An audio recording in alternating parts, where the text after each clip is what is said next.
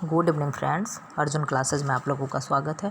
Friends, हम लोग हिंदी के क्वेश्चंस देखेंगे कुछ। किस वर्ग का उच्चारण स्थान कंठ तालु है? ए। कंठ और तालु में जीभ के स्पर्श से बोले जाने वाले वर्ण कौन है? ए दैतव कंठ तालु। ए का उच्चारण स्थान का नाम क्या है? कंठ तालव्य। ए तथा ए का उच्चारण स्थान कंठ तालव्य है। ओ और ओ का उच्चारण स्थान कंठोष्ठ है। च वर्ग का उच्चारण स्थान तालव्य और त वर्ग का उच्चारण स्थान दंत है और क वर्ग का कंठ है। अकु विसर्जनीय नाम कंठ। कौन सी ध्वनि महाप्राण नहीं है? ज नहीं है। महाप्राण का नियम क्या होता है? दूसरा और चौथा। वे व्यंजन जिनके उच्चारण में श्वास अधिक मात्रा में निकलती है उन्हें महाप्राण व्यंजन कहते हैं। इसके अंतर्गत वर्गों के द्वितीय और चतुर्थ वर्ण कौन कौन? दूसरा और चौथा वर्ण तथा समस्त ऊष्म वर्ण। ऊष्म क्या है? श श श ह, श श श ह। इनको क्या कहते हैं? ऊष्म वर्ण कहते हैं। ऊष्म वर्ण जैसे देखिए ख, घ, छ, झ, थ, ठ, थ, घ, फ, भ आदि आते हैं। इसी प्रकार के व्यंजन जिनके उच्चारण में श्वास की मात्रा निकलती है उन्हें अल्प प्राण व्यंजन कहते हैं। अल्प प्राण कौन है? 1 3 5, 1 3 5, 1 3 5 क्या है? अल्प प्राण है। एक मतलब 1 3 5 का मतलब क्या हुआ? जैसे क, ख, ग, घ, अंग। तो ये क्या हो गया? 1, ये क्या हो गया? 3, ये क्या हो गया? 5। इस तरीके से क ग अंग ये क्या है? अल्प प्राण है। क ग अंग, च ज इय, ट ड ढ़ त द न प ब म आदि आते हैं। अंतःस्थ व्यंजन य र लव। अंतःस्थ व्यंजन कौन होते हैं? 4। कितने होते हैं? 4। कौन कौन? य र ल व। ये क्या है? अंतःस्थ है। उसमें बता ही दिया। भी अल्प प्राण व्यंजन है। अतः स्पष्ट है कि ज महाप्राण व्यंजन नहीं बल्कि अल्प प्राण व्यंजन है। अल्प प्राण व्यंजन है।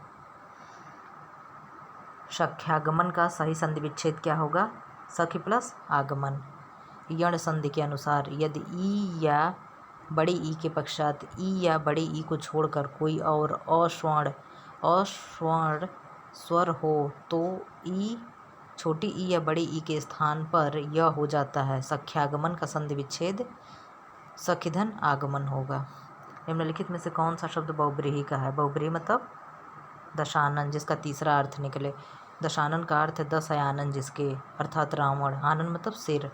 यह बहुब्रीहि समास का उदाहरण है। इस समास में कोई भी पद प्रधान नहीं होता है और दोनों पद मिलकर एक नया अर्थ प्रकट करते हैं। त्रिभुज, नवरात्र व त्रिलोक द्विग समास के उदाहरण है। द्विग मतलब क्या होता है? जिनके प्रथम शब्द क्या आए? संख्या से आए। जैसे त्रिभुवन, त्रिभुवन, नवरात्र, त्रिभुज, त्रिलोक। उपसर्ग का प्रयोग कब होता है? शब्द के आदि में, शब्द के मध्य में, शब्द के अंत में, शब्द के आदि में होता है। आदि मतलब शुरू में।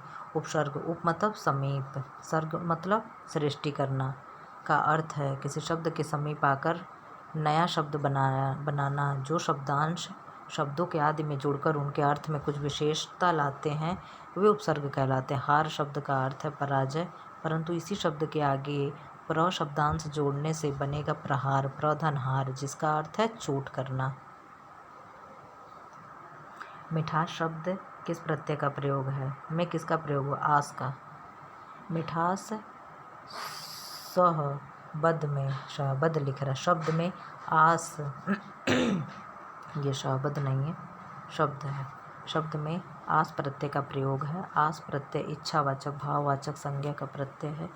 जैसे छपास, लिखास आदि प्रत्यय उस भाषिक इकाई को कहते हैं जिसका प्रयोग स्वतंत्र रूप से न हो और जिसे किसी इन्हीं भाषिक इकाई के अंत में जोड़कर शब्द रचना की जाए। जैसे सुंदरता, सुंदर प्लस ता बराबर सुंदरता, यहाँ ता प्रत्यय है। अहेर शब्द का तत्सम रूप क्या होगा? आखेट। अहेर तद्भव शब्द है, इसका तत्सम आखेट होता है। चूरन शब्द किस प्रकार का? अर्ध तत्सम है। चूर्ण क्या है? तत्सम है। अर्ध तत्सम वे शब्द होते जो संस्कृत शब्दों में से व्युत्पन्न या विकसित होकर सीधे ही हिंदी भाषा में आ गए। जैसे अगिन, असमान, आखर, कारज, चंदर, चूरन, भूख आदि। कपाट का तद्भव शब्द क्या है? क्या होगा? किवाड़। कपाट का तद्भव शब्द किवाड़ है।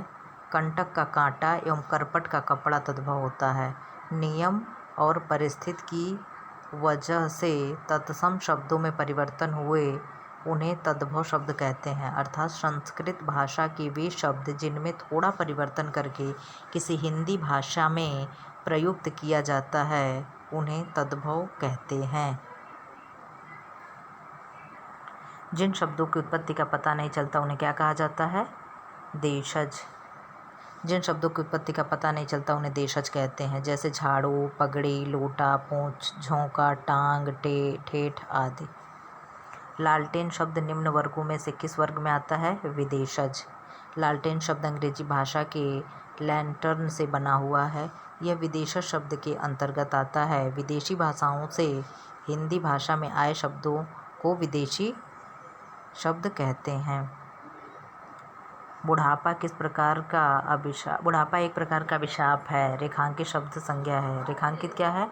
बुढ़ापा। बुढ़ापा क्या है? बुढ़ापा क्या है? भाववाचक संज्ञा। जिस संज्ञा शब्द से व्यक्ति या वस्तु के गुण या धर्म, दशा अथवा व्यापार का बोध होता है उसे भाववाचक संज्ञा कहते हैं। जैसे लंबाई, बुढ़ापा, नम्रता, मिठास, समझ, चाल आदि भाववाचक संज्ञा का प्रायः बहुवचन नहीं होता है। वह बहुत अच्छा लड़का है में वह कौन सा सर्वनाम है? वह क्या है? निश्चयवाचक है। वह बहुत अच्छा लड़का है में वह निश्चयवाचक सर्वनाम है। जिस सर्वनाम से किसी वस्तु का निश्चित बोध होता है उसे निश्चयवाचक सर्वनाम कहते हैं। यह वह निश्चयवाचक सर्वनाम है। जैसा काम वैसा दाम में जैसा किस व्याकरणात्मक कोटि का है? कैसा है? विशेषण है। जैसा काम वैसा दाम में जैसा विशेषण व्याकरणात्मक कोटि का है। जैसा करोगे वैसा भरोगे में जैसा सर्वनाम है। तुमने जैसा चाहा वैसा हुआ में जैसा क्रिया विशेषण है। मीरा जोर से हंसी वाक्य में किस क्रिया का समुचित उदाहरण है? क्या है? अकर्मक है। क्या है? मीरा जोर से हंसी। यह वाक्य अकर्मक क्रिया का समुचित उदाहरण है। जिस क्रिया के व्यापार का संचालन करता है और फल भी कर्ता पर पड़ता उसे अकर्मक क्रिया कहते हैं। भरोसे में शब्द का कौन सा रूप है? भरोसा क्या है? संबंध बोधक है। मैंने आप पर भरोसा किया तो यहाँ क्या हुआ? संबंध हुआ ना आपसे मेरा। जो शब्द वाक्य में आए हुए किसी शब्द का वाक्य के अन्य शब्दों के साथ संबंध बतलाते हैं वे संबंध बोधक अव्यय कहलाते हैं। अर्थ के अनुसार विषयवाचक संबंध बोधक अव्यय के उदाहरण हैं बावत, विषय, नाम, लेखे, भरोसे, आपके भरोसे। इस तरीके से